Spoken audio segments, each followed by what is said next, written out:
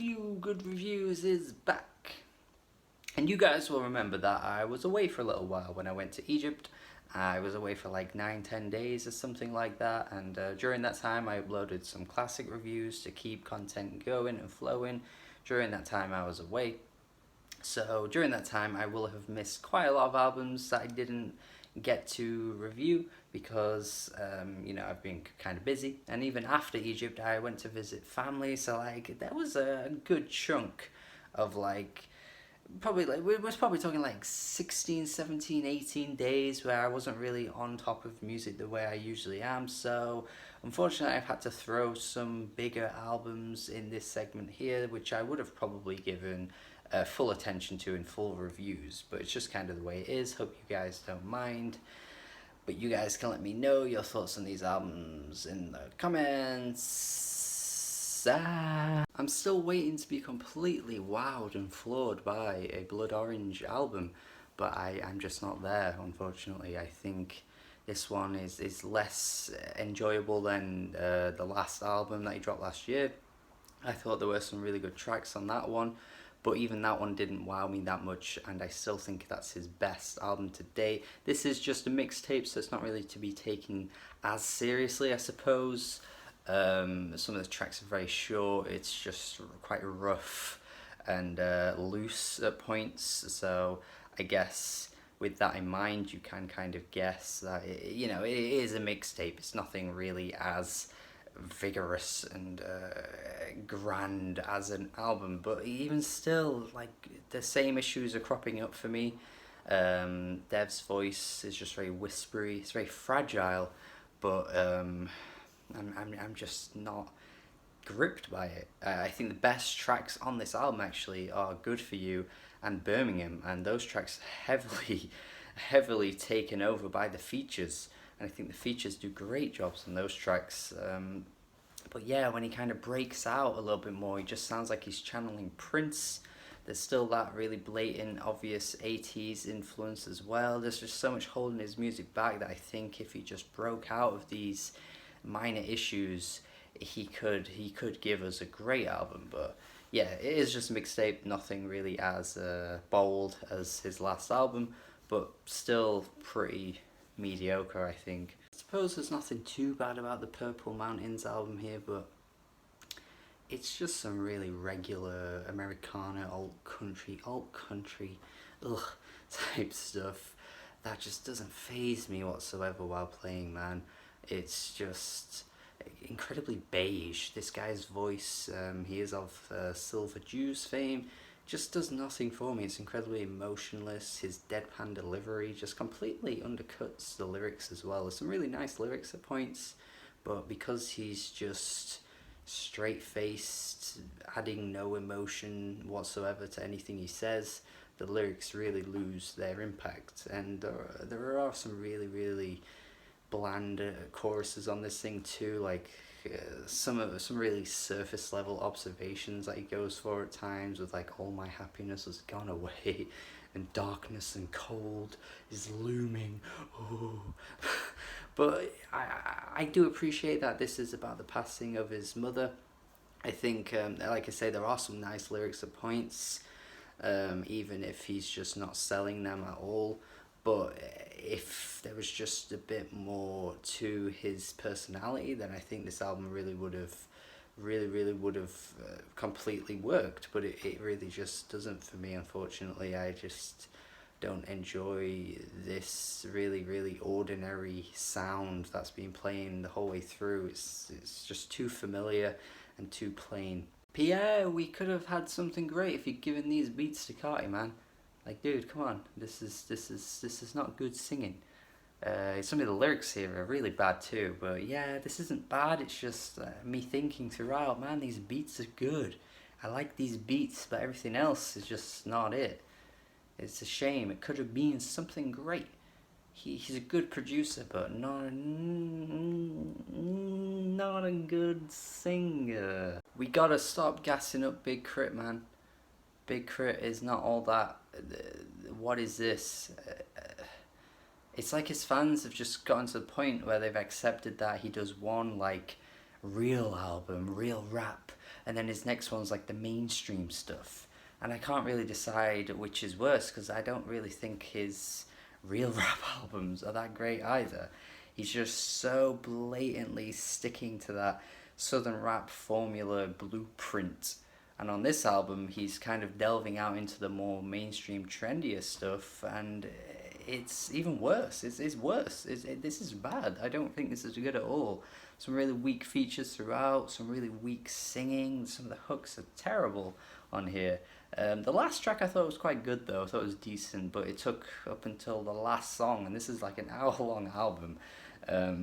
It took until the last song for me to be like, oh, okay, this is alright, but yeah, this is just not very good. Well, I didn't hate this one. This wasn't too bad from Clairo, honestly.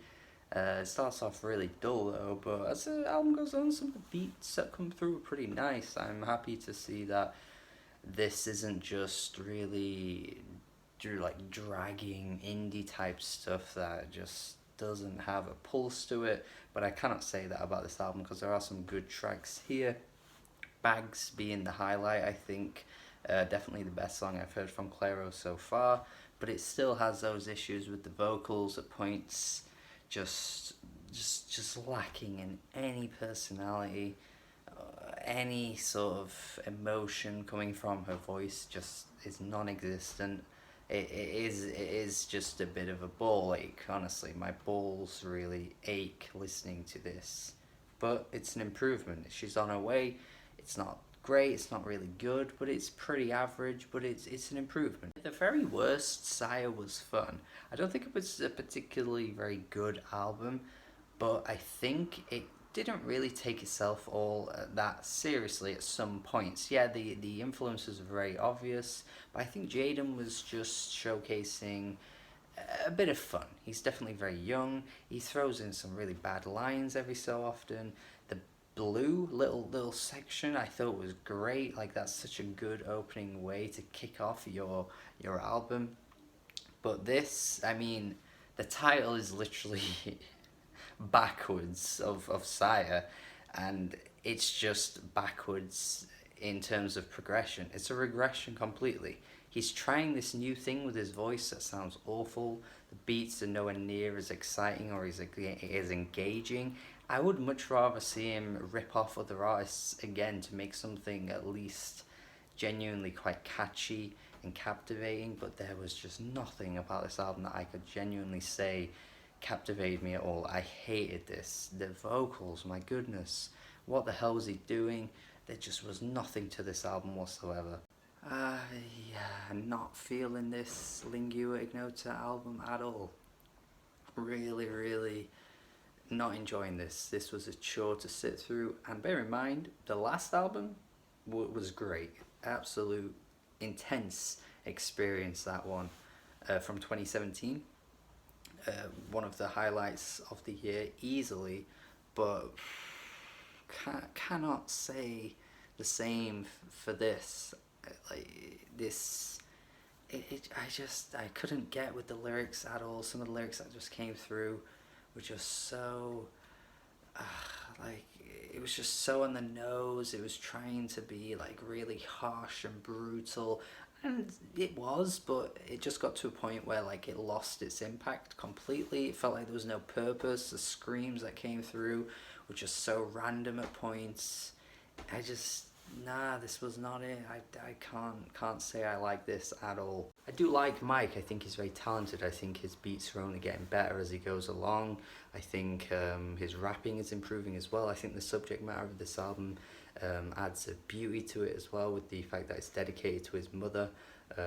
It's got such a lovely charm throughout the album, and I don't know what it is. This is the album that I feel like is the one, you know, that I'm supposed to finally love from Mike, but I just don't, and I don't really know why.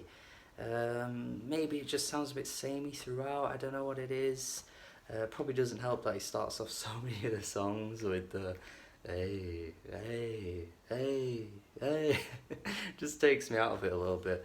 But yeah, it is good, but I just can't love it. Why? I actually thought this Iggy Azalea album was tolerable to begin with. I thought she was sounding pretty good on some of the tracks at the start, like Clapback. Even if some of her lyrics were pretty shit throughout, I thought they were decent. But then as the album went on, the lyrics, I was just in awe of what she was saying, man. Some of these tracks were terrible. Pussy Pop? Fucking hell, man. What was that? The track before that as well was horrendous. I couldn't believe it. And she's doing a lot of the hooks on this album too. Which I do wonder if she's burnt a lot of her bridges in the music industry, because why would she choose to do her own hooks when she's so bad at doing them? Because surely you would get features on, but maybe she just has no contacts anymore or something. I don't really know, but it could be an artistic choice that she feels that she wants to do them, but she really should not, because her hooks are so bad. But yeah, the lyrics on this thing were really, really poor. Pretty standard trap beats throughout. They weren't really the worst thing about the album, actually. I thought the beats were fine. But yeah, the lyrics. Moodymann with some good deep house shit, man. This is some good shit. Legendary house producer at this point, Moodymann, coming through with some good stuff on Sinner here. I do think the vocals drag it down a little bit sometimes on the first few tracks, especially. But once you get past those, I think the second half of this album is killer, man. Downtown, this 8-minute house song it's just so funky and groovy. Great shit, man. It's some soulful type stuff going on here too. The final track, a nice little sample usage across this thing too, especially on that track as well. Yes, this is solid. This is solid stuff. This Polo G is like a default generator rap album, man. Like it's got the struggle bars all the way through. The beats are just the most simple and basic you'll ever hear. Polo G is a rapper. I guess he's fine, but he just doesn't bring enough to the table to make me interested in what he's saying. This was not particularly interesting whatsoever. The praise I've seen this one get is kind of weird. I don't really think it offers anything new. Doesn't necessarily have to offer anything new, but just listening to this, I got really nothing out of it. Seen a lot of praise for this YBN Cordae album, not really feeling it that much. Don't see anything to get excited over here. It's quite slick and smooth, but YBN himself doesn't offer that much lyrically. I don't really get that much out of him. His vocals at times, he kind of falls into that J. Cole pattern where he's just kind of like doing this laid back thing, but it's hard to keep my attention. And even when there are good lyrics that come through, I'm just not really focusing, because YBN himself just doesn't really hold that much to him. I don't think he's kind of holding back, I think, with a lot of his vocals here. But like, you know, the Anderson .Paak feature on here is just stellar.